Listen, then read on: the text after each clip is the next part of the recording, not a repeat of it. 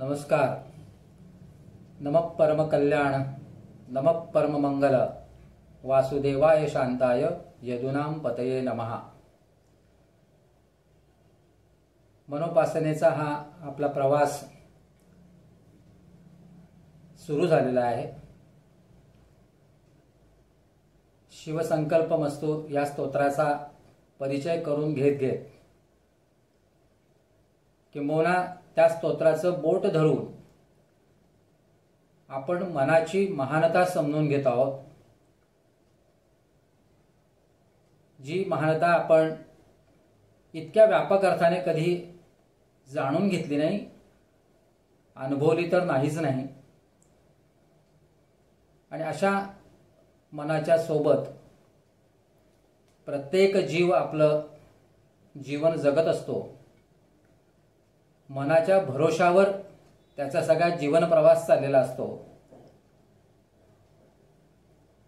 खरं म्हटलं तर मनुष्याला जगायला प्राणवायू जितका महत्वाचा तितकंच मन हे सुद्धा महत्वाचं आहे. म्हणजे आध्यात्मिक अंगाने किंवा पारमार्थिक अंगाने विचार करायचा तर मन आणि प्राण किंवा मन आणि आत्मा हे एकाच ठिकाणचे रहिवासी आहेत असं म्हटलं जातं. मी त्या द्वैत अद्वैतात जात नाही, परंतु हे एकमेकांना पूरक किंवा एकमेकांशी जवळीक साधणारे असल्यामुळे त्यांच्या एका संयुक्त अनुभवातून आपण आपल्या जीवनाचा एक वेगळा अनुभव घेत असतो. आपल्या भारतीय संस्कृतीने यासाठी एक चांगला शब्द निवडला आहे आणि तो म्हणजे अध्यात्म. त्या अध्यात्माच्या अंतर्गत मग उपासना पद्धती, त्याचे वेगवेगळे प्रकार, अनेक उपासना प्रकार असताना आपण एका वेगळ्या मनोपासना या नव्या प्रकाराचा एक परिचय करून घेतो आहोत. काल आपण प्रामुख्याने उपासनेचे 2 प्रकार जाणून घ्यायचा प्रयत्न केला. एक उपासना अशी की जी आत्मसाक्षात्कार घडवते, जी आत्मज्ञानावर आधारित असते. आणि दुसरी जी उपासना आहे जी कर्ममार्गावर आधारित असते, तिला आपण आत्मोद्धार असा शब्द वापरला होता. आणि काल हेही आपण जाणून घेतलं की आपण कर्ममार्गी माणसं आहोत. आपण ज्या कलियुगात राहतो आणि त्यातही अतिशय स्पष्टपणे सांगायचं, आपण ज्या विज्ञान युगात राहतो त्या विज्ञान युगामध्ये राहत असताना आणि आपल्या जीवनाची सम्यक दृष्टी आपल्याजवळ असताना जर आपण आपल्याच जीवनाचा दृष्टिकोन नीट समजून घेतला नाही तर मग त्या सम्यक दृष्टीलाही आपण न्याय दिला नाही असं होऊ शकतं.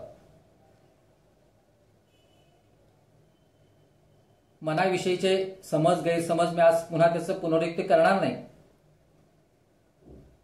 पण जे काही चाललेलं असतं ते बहुतांश रूपाने मन मारून चाललेलं असतं. आपण म्हणतो की माझ्या मनासारखं झालं, मनासारखी झोप लागली, मनासारखं जेवण मिळालं. याचा आणि मनाचा खरं काही संबंध नसतो, पण त्याला आपण मनाशी जोडतो आणि आपलं समाधान त्यात मानून घेतो. खरं सांगायचं, हे जे काही मटेरियलिस्टिक दृष्टिकोन आहे त्याला आपण भौतिक दृष्टिकोन म्हणतो, त्या भौतिक दृष्टीशी मनाला जोडतो आणि एका आत्मिक आनंदाला आपण पारखे होतो. या गोष्टी आपल्याकडे इतक्या सहजगत्या घडतात की त्याचं आपल्याला फारसं भान राहत नाही, लक्षात येत नाही. मी जेवणामध्ये मनाचा आनंद शोधतोय, एखाद्या चित्रपट पाहण्यामध्ये मनाचा आनंद शोधतोय, किंवा अगदी छोट्या छोट्या गोष्टींमध्ये व्यक्तिमधल्या संबंधांमध्ये, नातेसंबंधांमध्ये आपण मनाला आणून उभं करतो. मन एवढं छोटं आहे का? मन एवढं लहान आहे का? मनाचा एवढाच उपयोग आहे का? म्हणजे पुन्हा त्या शिवसंकल्प स्तोत्राकडे अशासाठी यावं लागतं की ज्यांनी त्याला अमर शक्ती म्हटलेलं आहे. त्या मनाला आपण अतिशय संकुचित दृष्टीने आणि एका वेगळ्याच संदर्भामध्ये मोजत असतो, मापत असतो. मग आपणच आपल्या मनावर अन्याय करतो असंच म्हणावं लागतं. किंबहुना आपण मन ही संकल्पना समजून घेतलेली नाही. आपण कुठतरी कमी पडतो. ठीक आहे, आपल्याला कोणी ती समजून सांगितली नसेल किंवा समजून सांगितली असेल तरी ती आपण आकलन करू शकलो नाही, आपण कुठेतरी कमी पडलो असं जरी गृहीत धरलं तरी पण मग आजच्या या विज्ञान युगामध्ये राहणारा हा जो माणूस आहे हा अधिक चाणाक्ष मानला जातो. विज्ञान तंत्रज्ञानाच्या युगातला माणूस जसं मगाशी मी म्हटलो की तो एका क्लिकवर सगळं त्याला हवं असतं आणि ते घडतं. त्याच्या बुद्धीला सीमा राहिलेली नाही, त्याला क्षितिज सुद्धा अपुरं पडावं अशी सगळी आजची परिस्थिती आहे. बुद्धीच्या प्रांतामध्ये तो आज कुठेही कमी आढळत नाही. पण ह्या बुद्धीतनं मिळालेलं जे काही त्याला संचित मिळालेलं आहे त्यालाच तो मनाचं देखील साध्य मानतो आणि मग समाधान मानण्याचा प्रयत्न करतो. पण तसं नाहीये. मन हे खूप वेगळी संकल्पना आहे. मनाचा संदर्भ हा अनंताशी आहे आणि अशा अनंताशी येणारा हा संबंध आपण खरं तर भारतीय संस्कृतीने, वेदांनी आणि यांनी सुद्धा तो अध्यात्माशी जोडलेला आहे. म्हणजे एका ठिकाणी मी तर अशी व्याख्या ऐकली की अध्यात्म म्हणजे काय, तर जीवनाकडे पाहण्याची एक वैज्ञानिक दृष्टी. आपण आतापर्यंत अध्यात्माची व्याख्या काय करतो की अधि आत्म इति अध्यात्म, माझ्या आत्म्याला समाधान देणार किंवा माझ्या आत्म्याविषयी चिंतन करणारं जे काही आहे ते अध्यात्म. अध्यात्मामध्ये जिज्ञासा येते वगैरे वगैरे हे सगळे व्याख्या त्याच्यामध्ये येते असल्या, परंतु आपण ज्या वैज्ञानिक युगामध्ये राहतो आहोत किंवा माणसाची आज ज्या पद्धतीने प्रगती झालेली आहे, त्याची बुद्धी ज्या प्रकाराने झेप घेते आहे, त्याचा जर आपण विचार केला तर ही जी अलीकडची जी व्याख्या आहे की अध्यात्म म्हणजे काय, ते जीवनाकडे पाहण्याची एक वैज्ञानिक दृष्टी. मग ती आपल्याकडे आहे का? आपण एकदा बघायला पाहिजे की आपण ज्या युगात राहतोय आणि आपण 2 दिवसापूर्वी त्याची चर्चा केली की मनोपासना हा एक युगानुकूल उपासनेचा प्रकार आपण स्वीकारायचा आहे, तो स्वीकारला पाहिजे. युगाप्रमाणे उपासना पद्धती बदलत आलेल्या आहेत, त्याचं स्वरूप बदलत आलेलं आहे. सिद्धांत तोच असेल, त्यात कुठेही फरक नाही. परंतु तो सिद्धांत प्राप्त करण्यासाठी किंवा आपलं साध्य करण्यासाठी जो मार्ग आहे, साधना मार्ग आहे, त्यात काही ना काही बदल होत गेलेले आहेत. त्या बदलाचे प्रवास मी आता तुम्हाला सांगत नाही, परंतु हा बदल काळानुसार आपल्याला स्वीकारावा लागतो, स्वीकारला पाहिजे. आणि तो स्वीकारत असताना आपण जर ज्या वैज्ञानिक युगामध्ये राहतो आहोत त्या वैज्ञानिक युगामध्ये अध्यात्म म्हणा किंवा ज्या अध्यात्मामध्ये मन ही अतिशय केंद्रीभूत संकल्पना असते, त्याच्या संदर्भात सुद्धा त्याच दृष्टिकोनातून चिंतन झालं पाहिजे, विश्लेषण झालं पाहिजे. कारण हे मन आपण मनोपासनेमध्ये मननाचाच विषय केलेला आहे. हे असं का करायचं, तर आपली दृष्टी ही निर्भ्रांत आणि काय म्हणता येईल त्याला, निर्भ्रांत आणि भ्रमनिराश करणारी असली पाहिजे.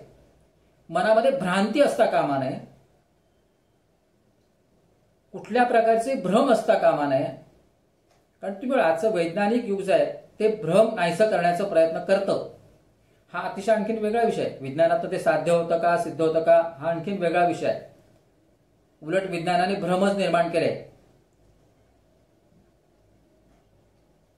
परंतु आपल्या मनाचा जो काही भ्रमिष्टपणा असतो, आपल्या मनाची जी काही भ्रांती असते, ज्याला आपण भरकटले पण म्हणतो, ते आपल्याला या विज्ञान युगामध्ये नाहीसं करता आलं पाहिजे, करता येऊ शकतं.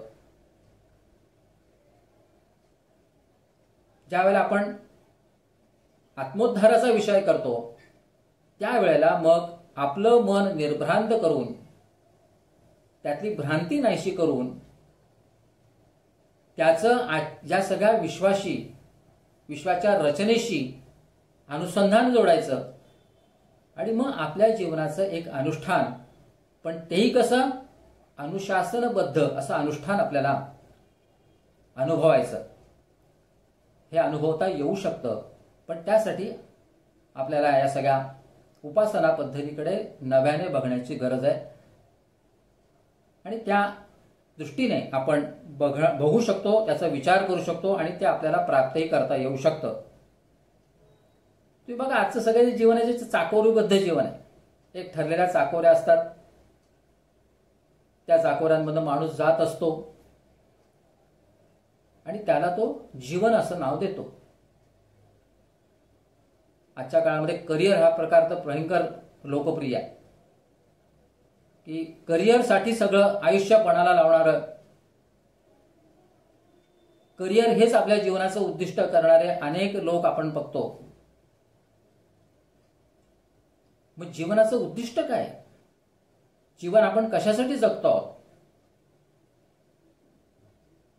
करिअर याचा अर्थ सुद्धा आपण इतका विचित्र करून घेतलेला आहे की जे आपल्याला केवळ उपकरण किंवा साधन म्हणून वापरायचं आहे त्याला आपण साध्य केलेलं आहे. म्हणजे अलीकडे तर मुलगा 8वी 9वीत गेला की त्याच्या करिअरचे सगळे इमले बांधायला सुरुवात होते. त्याने पुढे काय व्हावं, डॉक्टर व्हावं, इंजिनियर व्हावं.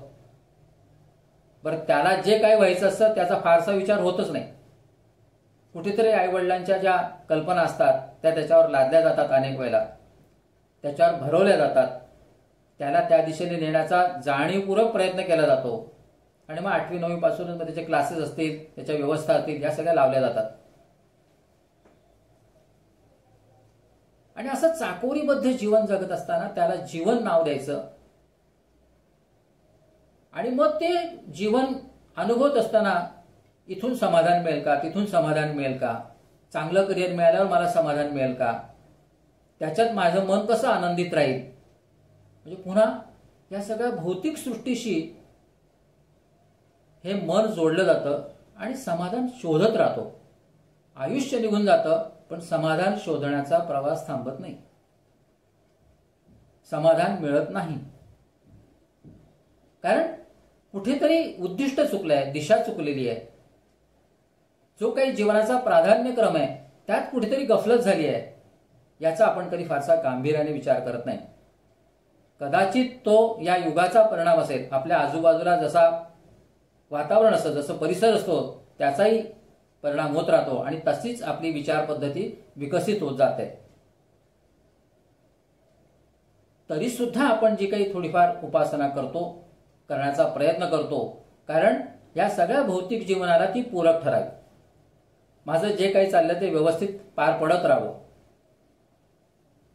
मग अनेक संत महंतांच्या चरणी जाऊन बसायचं, गुरु करायचे, किंवा जी काही उपासना करायची असेल ती उपासना करताना सुद्धा माझे प्रश्न सुटावेत. एवढंच नाही तर जो काही मी गुरु करेल, जो काही संत महंत असेल, ज्याच्या मी चरणाजवळ जाऊन बसेल, त्याने आपल्या खांद्यावर आपल्याला घ्यावं आणि मुक्तीपर्यंत पोहोचावं, मोक्ष मिळवून द्यावा, अशी सुद्धा अपेक्षा असते. आपल्याला या सगळ्या भौतिक सृष्टीत आनंद घेत असताना जे करायला पाहिजे ते करता येत नाहीये आणि मग कुठेतरी संतांचा आणि तीर्थयात्रांचा किंवा वेगवेगळ्या उपासनांचा आधार घ्यायचा. एकीकडे आयुष्य एन्जॉय करायचं आणि दुसरीकडे त्या एन्जॉयमध्ये कुठेही डिस्टर्ब नको यायला, व्यत्यय नको यायला म्हणून उपासना चालू ठेवायची. असे एक दोन, ह्या चाकोरीचं हे दोन चाक आहेत असं म्हटलं तरी चालेल. अशा पद्धतीने आपला प्रवास चालू असतो.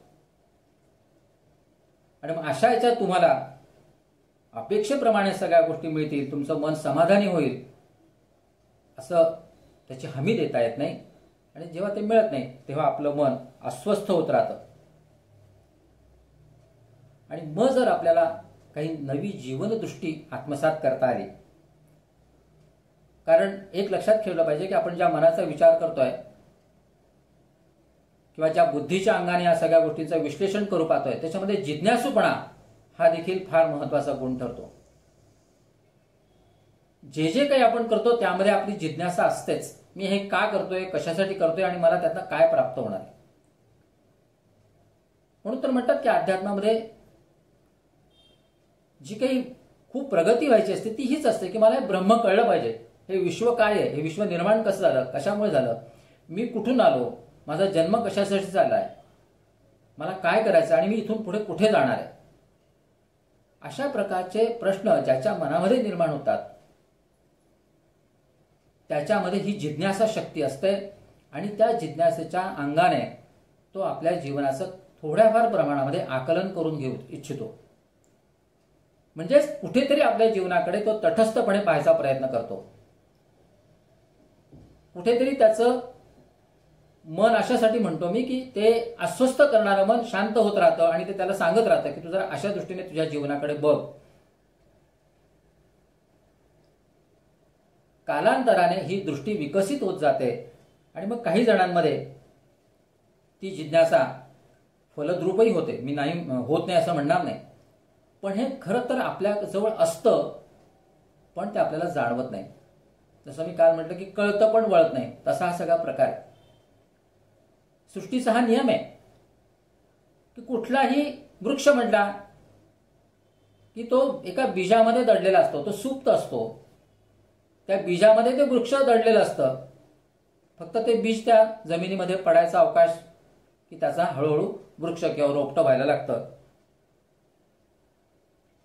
तसंच एखादी जी कळी असते त्या कळीमध्ये सुद्धा फूल दडलेलं असतं. आपल्याला ती कळी वाटते पण त्याच्यात फूल असतं. ते फूल झालं की त्या फुलामध्ये सुगंध दडलेला असतो. हा जो काही सृष्टीचा एक नियम आहे, खरं तर हे सृष्टीचं अनुशासन आहे. सगळ्या गोष्टी इतक्या अनुशासनबद्ध चाललेल्या असतात की आपण त्यात कुणी त्याचा हस्तक्षेप करू शकत नाही. आणि हे असंच अनुशासन आपल्या मनाच्याही बाबतीमध्ये आहे. आपल्यामध्येही काही सुप्तपणे दडलेलं आहे. आपल्या या शरीरामध्ये मन नावाचं एक सुप्त ऊर्जा दडलेली आहे, एक शक्ती दडलेली आहे, जिला आपण अमर शक्ती म्हणून गेल्या 2-3 दिवसात प्रामुख्याने उल्लेख करत आहोत. ही सुप्त शक्ती आपण लक्षात घेत नाही. सृष्टीचा हा नियम आहे, अनुशासनामध्ये आहे, म्हणजे त्या अनुशासनबद्ध रचनेमध्ये आहे. त्याच्या अगदी विरुद्ध आपले सगळे व्यवहार होत राहतात.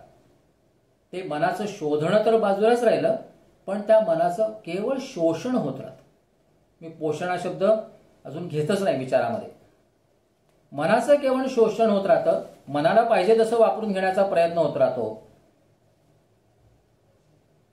ज्या जीवनाचं एक महत्वाचं केंद्र किंवा ज्या जीवनाचं एक आराध्य मन आहे, त्या मनाला आपण किती क्षुल्लक दृष्ट्या वापरत असतो, संबोधत असतो. त्याला मी आराध्य एवढ्यासाठी म्हणतो की जे सहज साध्य आहे. ते आपल्याला सहज साध्य आहे आणि म्हणूनच त्या आपल्याला आराध्य सुद्धा बनवायचं आहे. आणि अशा या मनाच्या उपासनेमधनं आपल्याला मिळणार काय? आपल्याला तर काही एकदम आत्मज्ञान होणार नाही. आत्मज्ञान होईलही, पण त्याच्यासाठी पुन्हा टप्प्याटप्प्याने पुढे जावं लागेल. मग निदान आत्मोद्धार करून घेता येईल का? आणि मग तो आत्मोद्धार करायचा असेल तर त्याच्या आधीची एक पायरी म्हणून आत्मोपलब्धी असं काय आपल्याला साधता येईल का? ही आत्मोपलब्धी काय असेल तर तीच मनोपासना असेल. मन जाणून घेण्याची जी क्रिया आहे तीच आत्मोपलब्धी असेल. मात्र यासाठी त्या मनाबरोबरचं अनुसंधान, या सृष्टीबरोबरचं अनुसंधान ठेवत असताना मनाची केली जाणारी ही उपासना एखाद्या अनुष्ठानासारखी आपल्याला ती राबवावी लागेल, करावी लागेल, आचरणात आणावी लागेल. या सगळ्या पार्श्वभूमीवर या मनोपासनेची सुद्धा एक व्यवस्था आपल्याला हळूहळू समजून घ्यायची आहे. आणि म्हणून या पहिल्या टप्प्यामध्ये आपण, मी गेल्या 2 दिवसापूर्वी तुम्हाला म्हणालो होतो की गीता हा जो ग्रंथ आहे हा प्रमाण ग्रंथ आपण मानलेला आहे. गीतेमध्ये मनाचे अनेक स्तर उलगडून दाखवलेले आहेत. अर्जुनाचा आणि भगवान श्रीकृष्णाचा संवाद हा खरोखर तर एका मनाने दुसऱ्या मनाशी केलेलाच संवाद आहे. या हृदयची त्या हृदयी घातले अशा पद्धतीचाच तो सगळा संवाद आहे. त्याला भलेही तात्विक अर्थ असेल, काही तत्वज्ञान त्यामध्ये मांडलं गेलं असेल, पण अंततोगत्वा ही सगळी मनाची जडणघडण आहे. मनाची केलेली ती उपासनाच आहे. हे आपण जितक्या श्रद्धेने, निष्ठेने, जिज्ञासूपणाने वाचू, अनुभवू, त्यातनं आपल्याला कळेल की अरे यातनं मिळणारी आत्मोपलब्धी आणखीन वेगळी आहे, जी श्रीकृष्णाला, आपल्या अर्जुनाला प्राप्त झाली. आत्मोपलब्धीच प्राप्त झाली. जो अगदी नाही म्हणत होता, आत्मविस्मृत झाला होता, अशा आत्मविस्मृत अर्जुनाला भगवंताने आत्मोपलब्धी करून दिली आहे. त्याला आत्मज्ञान वगैरे दिलेलं नाही, ती फार पुढची गोष्ट आहे. त्याला आत्मोपलब्धी करून दिली. आणि आजच्या आपल्या काळाचा विचार केला तर आपल्याला सुद्धा कर्म करणारं जे काही आपलं हे आजचं जे युग आहे, त्या युगामध्ये आपल्याला आत्मोद्धार करून घेता येईल. आणि हा आत्मोद्धार करायचा असेल तर आपण आपली आत्मोपलब्धी साध्य करता येते का याचा विचार करायला हवा. म्हणजे भगवद्गीतेची सुरुवात, मी जसं परवा सांगितलं की भगवद्गीतेचं मुखपृष्ठ हेच फार मोठा अर्थ सांगणार आहे, फार मोठं तत्व नकळतपणे सांगून जाणार आहे. आणि त्याच भगवद्गीतेच्या पहिल्याच अध्यायामध्ये अर्जुनाने पहिलाच जो श्लोक किंवा पहिलेच जे आपले उद्गार काढले त्यात तो म्हणतोय की गांडीव संस्कृते हस्तात वैक्तैन परिदह्यते न च शक्नो मवस्थातुम भ्रमतीव च मे. काय, माझं मन भ्रमित झालेलं आहे, भ्रमिष्ट झालेलं आहे, भरकटल्यासारखं झालेलं आहे. ही अवस्था अर्जुनाची झाली कारण तो आत्मविस्मृत झाला होता. आपली शक्ती, त्याच्याकडे असलेली अमर शक्ती तो विसरला होता आणि म्हणून तो भ्रमित झाला होता. हीच मनाची शक्ती होती ज्याच्याकडे ती होती, पण ती त्याला लक्षात येत नव्हती. आणि ती लक्षात आणून देण्याचंच काम भगवान श्रीकृष्णाने केलेलं आहे. किंबहुना त्या आत्मशक्तीचं दर्शन त्याच्यातनं घडवलं गेलेलं आहे. आणि म्हणून हा जो पहिला गीतेतला जो पहिला श्लोक आहे, मी भगवद्गीता याच्यासाठी थोडीशी अधिक विस्ताराने सांगण्याचा प्रयत्न करतोय की ज्या ज्या वेळेला आपण मनोपासनेचा कार्यपद्धती समजून घेऊ, मनोपासनेचा आधार घेऊ, त्या वेळेला भगवद्गीतेचे अनेक श्लोक आपल्याला उपयुक्त ठरणार आहेत. किंबहुना मनोपासनेचा तो अविभाज्य अंग असेल, त्यातला 12वा अध्याय तर रोज वाचण्यासारखा आहे, पाठ करण्यासारखा आहे, त्याबद्दल तर दुमत नाहीच. किंबहुना ज्यांना शक्य आहे त्यांनी या भगवद्गीतेचंही नित्य पारायण करायला हरकत नाही. तो मनोपासनेचा एक प्रमुख, म्हणजे त्याचं एक प्रमुख गुणवैशिष्ट्य असेल किंवा त्या कार्यपद्धतीचा तो एक महत्वाचा भाग असेल. अन्य उपासनांमध्ये आपण नेहमी मंत्र, तंत्र, पूजा, अर्चा, अभिषेक हे सगळं करत असतो. पण पुन्हा आपण ज्या वैज्ञानिक युगामध्ये राहतो आहोत आणि जर आपल्यामध्ये ही जिज्ञासू वृत्ती असेल आणि खऱ्या अर्थाने आत्मोपलब्धी प्राप्त करून घ्यायची असेल तर अन्य आतापर्यंत झालेल्या उपासनांमध्ये थोडेसे जे काही परंपरागत मार्ग आहेत ते थोडे बाजूला ठेवायचे. ते महत्वाचे आहेतच, ते आपल्याला ज्या ज्या वेळी आवश्यक असतील त्या त्यावेळी आपण करायचेच आहेत. परंतु मनोपासना जो अधिक केंद्रीभूत उपासनेचा प्रकार ठरू शकतो किंवा आपल्याला तो करायचा आहे, ज्यातनं आपल्याला मन अधिक समृद्ध करायचं आहे, ज्यातून आपल्याला आपल्या मनाचं दर्शन करायचं आहे, दर्शन घडवून आणायचं आहे. अजूनपर्यंत आपण आपल्या मनाचं दर्शन केलेलंच नाही, आपल्याला आपलं मन अजून भेटलेलंच नाही, जीवाशिवाची भेट झालेलीच नाही. ही जीवाशिवाची भेट वगैरे अगदी फार आध्यात्मिक शब्द वाटू शकतील, परंतु ज्याला गाठभेट म्हणतात, जसं 2 जिवलग मित्र एकत्र भेटले की त्यांना जशी गाठभेट झाल्यासारखं वाटतं, तशी आपली आणि आपली मनाची भेट झालेली नाही. त्याच्यामध्ये कुठेतरी भौतिकतेचा किंवा एक वेगळा पडदा आड येत असतो आणि तो आपल्यामध्ये नेहमी अंतर ठेवत जातो. मी कालही त्याचा उल्लेख केला की मन आपल्यापासून सतत दूर राहत जातं. आणि ही जी काही स्वीकृती आहे, आपलं आणि मनाचं अंतर आहे, आपल्या मनामध्ये आणि आपल्यामध्ये अंतर आहे, ह्याची कधीशी ती आपण स्वीकृती केली पाहिजे. आपण ते स्वीकारलं पाहिजे. आणि ते स्वीकारून आपण मनोपासनेचा मार्ग अधिक समृद्ध केला पाहिजे. आणि मग मनाचं दर्शन ही अतिशय यातली एक चिंतनीय, तितकीच मंगलमय आणि परमानंद देणारी एक घटना म्हणता येईल किंवा एक उपचार म्हणता येईल. हे दर्शन आपण उद्याच्या भागामध्ये समजून घेऊ. दर्शन हा प्रकार इतका विलक्षण आहे. म्हणजे आपण अनेक वेळेला म्हणतो की कोणी कोणाला भेटलं यात गमतीने म्हणतो मी त्यांचं दर्शन करून आलो. किंवा एखाद्या साधूच्या भेटायला गेले, साधू संतांना, किंवा अगदी मंदिरात गेलो तर आपण म्हणतो दर्शनाला जाऊन आलो, मंदिरात दर्शनाला गेलो होतो. पण दर्शन ही क्रिया इतकी सोपी आहे का? दर्शन हा शब्द, त्याच्यात असलेला धातू किंवा त्यात अपेक्षित असलेली क्रिया ही इतकी मंगलमय आहे की आपण त्याचा सुद्धा कधी गांभीर्याने विचार करत नाही. आपण सहजपणे बोलून जातो, काय बऱ्याच दिवसात तुमचं दर्शन नाही. दर्शन इतकं स्वस्त झालंय का? दर्शन कधीही होत नसतं, ते घडून येतं. ते घडून आलं पाहिजे. दर्शन ही घडण्याची प्रक्रिया आहे. ती केव्हा घडते? ज्या वेळेला असं म्हटलं जातं की दर्शन केव्हा घडतं, दर्शन केव्हा होतं,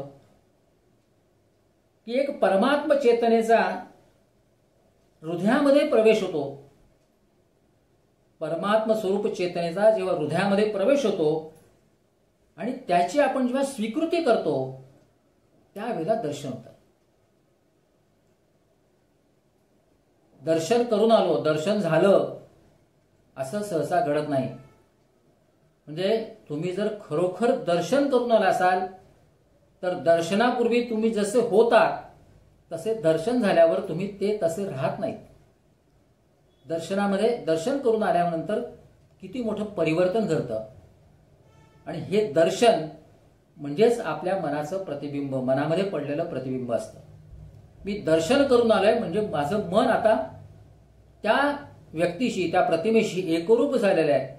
माझ्यामध्ये परिवर्तन घडलेलं आहे, काहीतरी परिवर्तन घडलेलं असतं. दर्शन करीत असताना एक असा क्षण येतो, तो आपल्यालाही कळत नाही, म्हणजे ज्याला निमिष म्हणता येईल, तो निमिषभर क्षण असा असतो की खऱ्या अर्थाने आपल्याला ते दर्शनाची क्रिया जाणवते की मी आता दर्शन केलेलं आहे. एक वेगळी एक आत्मानुभूती तिथे येते. आणि हीच आत्मानुभूती जशी विकसित होत जाईल तोच प्रवास एका आत्मोपलब्धीकडे जात जाईल. ही आत्मोपलब्धी दर्शन या क्रियेतनं सुद्धा आपल्याला प्राप्त करता येऊ शकते. आणि यासाठीच आपल्याला मनोपासनेमध्ये मनाचं दर्शन हे सुद्धा तितकंच महत्वाचं ठरतं. मंदिरात जाऊन दर्शन करून येणं किंवा कुठल्या तरी पुढाऱ्याचं अहो साहेब कुठे आला, तुमच्या दर्शनासाठी आलो, किती स्वस्त करून टाकलाय आपण हा दर्शन हा शब्द. दर्शन ही शब्द असेल पण त्याची क्रिया काय, त्यातनं येणारी जी प्रतिक्रिया आहे ती तुमच्या मनावर प्रतिबिंब निर्माण करणारी आहे. म्हणजे जो हा मुळातच हा दर्शन शब्द ज्या कारणासाठी वापरला, रूढ झाला, त्याला एक वेगळा अर्थ आहे, त्याचे मोठे संदर्भ आहेत. पण ते सगळे बाजूला ठेवून आपण केवळ आपल्या मनाप्रमाणे काही शब्द वापरत असतो, त्याचं गांभीर्य आपण लक्षात घेत नाही. आणि मग जो काही तोटा असतो तो आपल्याला सहन करावा लागतो. आणि म्हणून या सगळ्या दृष्टिकोनातून आपण काल आत्मोद्धार किंवा आत्मसाक्षात्कार या अंगाने उपासनेचे प्रकार आणि ते सगळं चिंतन पुढे आणत असताना आज आपण मनाचं दर्शन घडवत असताना आत्मोपलब्धी, ज्या विज्ञान युगामध्ये आपण राहतो आहोत, पण ही आत्मोपलब्धी सुद्धा मनाच्या एका अनुशासनपूर्ण प्रक्रियेतनं आपल्याला ती करायची आहे. मनाचं शोषण थांबवून मनाचं पोषण आपल्याला करायचं आहे. आणि त्या पोषणातनं एक अनुष्ठान आपल्याला आकाराला आणायचं आहे, जे अनुष्ठान निश्चितच आपल्या भावी जीवनासाठी सुद्धा फार उपयोगी ठरेल ते सुद्धा एक आपल्या जीवनाचं एक अनुशासन म्हणून आपल्याला उपयोगी पडणार आहे, मार्गदर्शन करणार आहे, की मोना आपल्या जीवनाकडे एक नवा दृष्टिकोन देणार आहे. जाता जाता पुन्हा आठवण करतो की हे जे विज्ञान युग आहे त्या विज्ञान युगामध्ये आपल्या जीवनाकडे आपण एका जिज्ञासेने, एका वेगळ्या जीवनदृष्टीने पाहायचं आहे आणि ती जीवनदृष्टी प्राप्त करून घेणं हे मनोपासनेतनं आपल्याला साध्य होऊ शकतं, जे आतापर्यंत आपण कधी केलेलं नाही. मी आतापर्यंत केलेलं नाही, आतापर्यंत झालेलं नाही, आपण त्याच्याकडे लक्ष दिलं नाही. याचा वारंवार उल्लेख एवढ्यासाठी करतो की जी वस्तुस्थिती आहे ती सुद्धा आपण एकदा तितक्याच कठोरपणे स्वीकारायची आहे. आणि या दृष्टिकोनातून आज आपण मनाच्या दर्शनापर्यंत येऊन ठेपलो आहोत. आणि या मनाच्या दर्शनासाठीची जी काही पुढची प्रक्रिया आहे ती आपण उद्याच्या भागात बघू. आज इथेच थांबतो.